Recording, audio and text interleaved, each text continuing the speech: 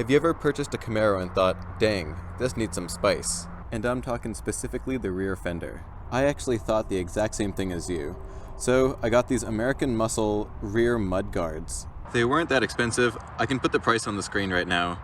But for the meantime, you can follow my endeavor of putting these bad boys on my car.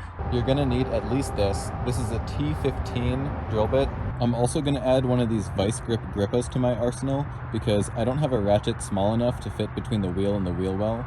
It might be kind of hard to see, but there are 3 separate nuts in there that you need to take out in order to install this. Here you can see the solution I've come up with to get it to fit in there.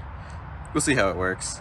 Now, as you might have guessed, this definitely was not the best way to take the screws out. The bit would kind of get stuck inside the screw, and so I had to pull it kind of hard to move it every single time.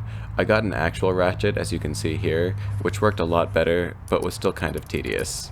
You can see me trying to turn it with my hands over and over again because it was kind of annoying before it finally came out. Now you just take the mudguard so that it's angled going in and kind of just put it in so that the holes line up and screw them back in, and that's pretty much it. This is the finished product right here. I've only done one side because that was kind of tedious. I'm not going to film the other side, but I'll show you the after. Now that I'm a few years older, you can see that both of them have been added on. It's pretty minimalistic. I do like it though. All of these small little things add up, and over time your car is going to look pretty unique, but this is just the first part that I'm going to do. I guess there is also this tow hook, but I didn't film it, so GG to me, I guess. I do like the look of these mudguards though. They look like they should have been there from factory, and they're kind of subtle, but make the car look a little wider and just better overall. Here are some before and after shots, and as you can see, the car kind of looks naked without them now.